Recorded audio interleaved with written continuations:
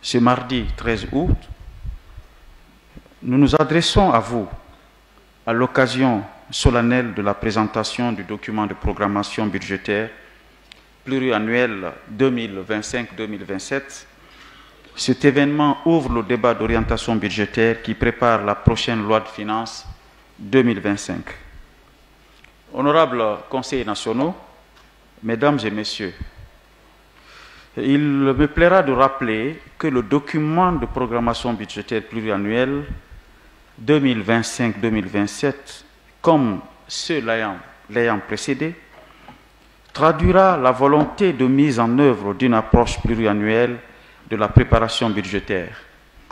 Cette approche procédant de la gestion par programme permet d'assurer une meilleure cohérence entre, d'une part, le budget au demeurant annuel et d'autre part, les politiques et plans de développement pluriannuels. Elle vise en application de l'article 13, 14 et 15 de la LORF, la loi organique relative aux lois de finances, une meilleure lisibilité pour la représentation nationale et les citoyens des finances publiques sur la base d'une projection à moyen terme. Mesdames et messieurs les représentants des opérateurs du secteur privé, de la société civile, mesdames et messieurs les cadres de l'administration publique, le Conseil national de la transition, CNT, apprécie à sa juste valeur votre présence contributive à nos côtés à cette session plénière ouvrant le débat d'orientation budgétaire relatif aux préparations de notre prochain budget annuel pour l'année 2025. Ce débat est l'occasion pour nous d'entendre ensemble le ministère du Budget sur les grandes orientations budgétaires indiquant les principes et évolutions prévisionnelles selon lesquelles les recettes et dépenses en fonctionnement et en investissement sont estimées. Nos débats porteront tout naturellement sur les prévisions des hypothèses d'évolution devant permettre d'élaborer le projet de budget, notamment en matière de fiscalité, des concours financiers et d'encours de la dette publique. Nous analyserons, selon les règles de la transparence, comment par le biais des crédits budgétaires à moyen terme, le volet dépenses du cadrage budgétaire à moyen terme se décompose dans les grandes catégories sectorielles permettant, par effet d'entraînement logique, de définir les priorités budgétaires sectorielles avec les priorités des politiques publiques.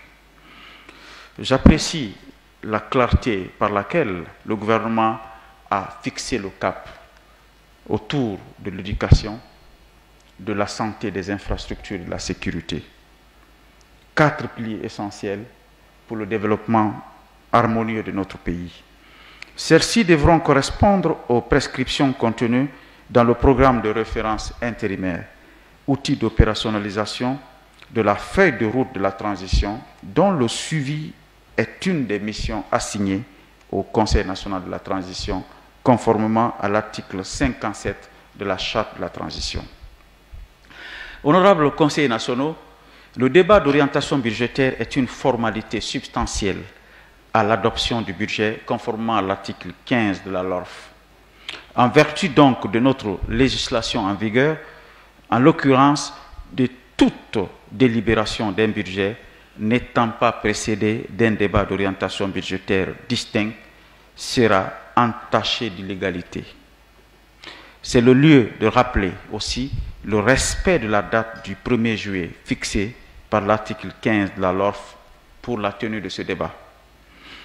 La présente plénière consacrée au débat d'orientation budgétaire nous offre l'opportunité d'accomplir pleinement notre mission de représentation, répondant ainsi efficacement aux attentes des citoyens sur les questions budgétaires.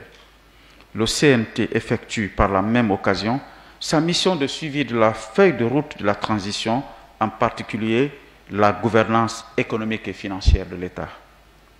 Mesdames et messieurs distingués invités, le présent débat d'orientation budgétaire doit prendre en compte les effets induits de la guerre russo-ukrainienne, exacerbés par ceux découlant des conflits au Proche-Orient, il doit aussi tenir compte du ralentissement des activités économiques des pays comme la Chine, les États-Unis d'Amérique et avec leur impact sur les pays de l'Afrique subsaharienne.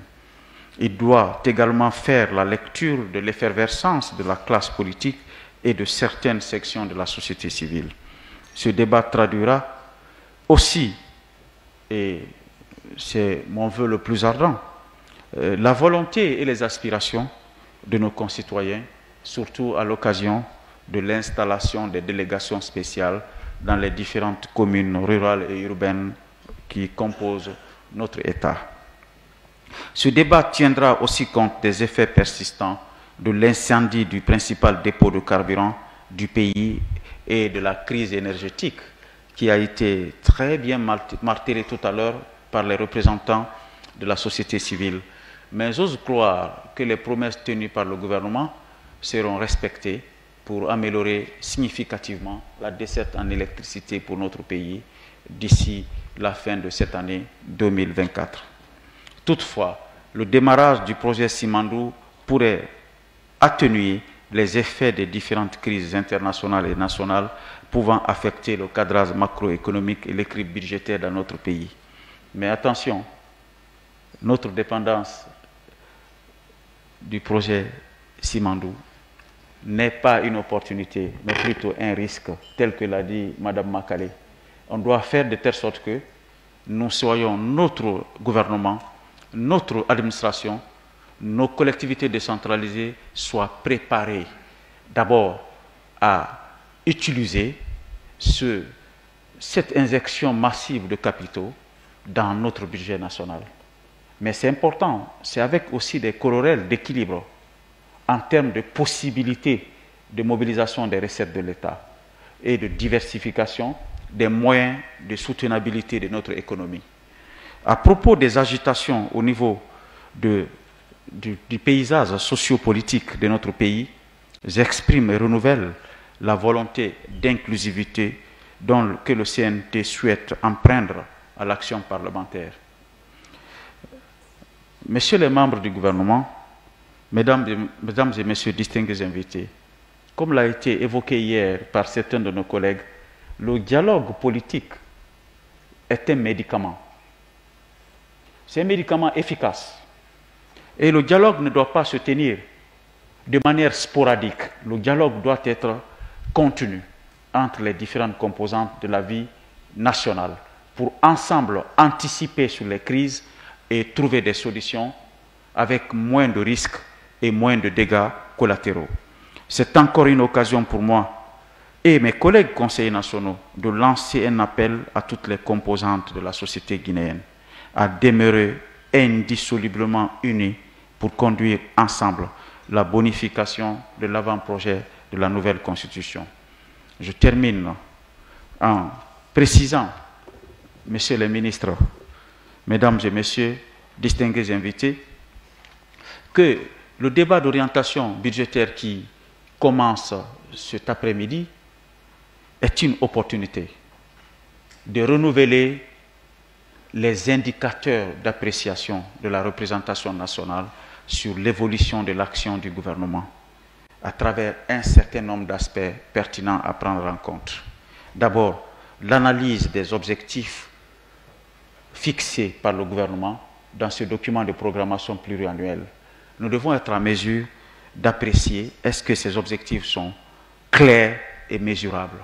Ceci est un indicateur extrêmement important pour bonifier le rapport d'examen de cette loi des finances. Le deuxième indicateur important, c'est l'analyse des risques. Identifier les risques potentiels pouvant affecter la mise en œuvre du plan, mais aussi en termes de politique sociale, de politique économique et environnementale. Mettre en place des stratégies d'atténuation des risques. Un document de planification pluriannuelle qui ne présente pas une stratégie d'atténuation des risques a toutes les chances d'échouer. Le troisième élément qui me semble être important, c'est l'allocation des ressources.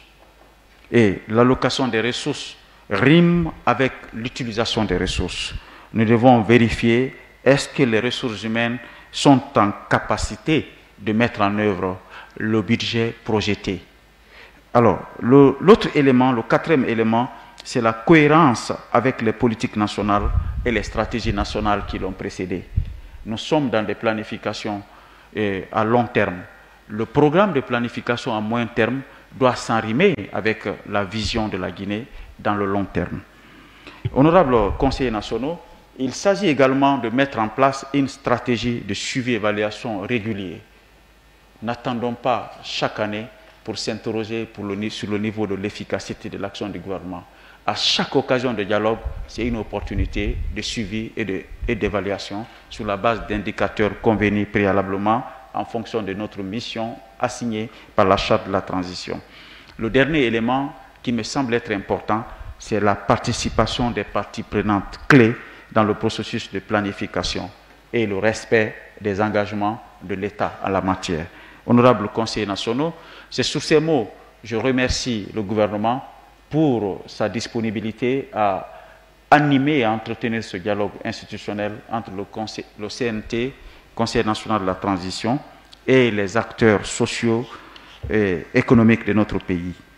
Pour terminer, je remercie les honorables conseillers nationaux pour leur assiduité et leur participation à ce débat. Mais je reste encore déterminé à tout mettre en œuvre, à ce que les travaux qui se déroulent dans les commissions reflètent les préoccupations et les aspirations de tous les citoyens. Sur ces mots, je déclare la séance levée.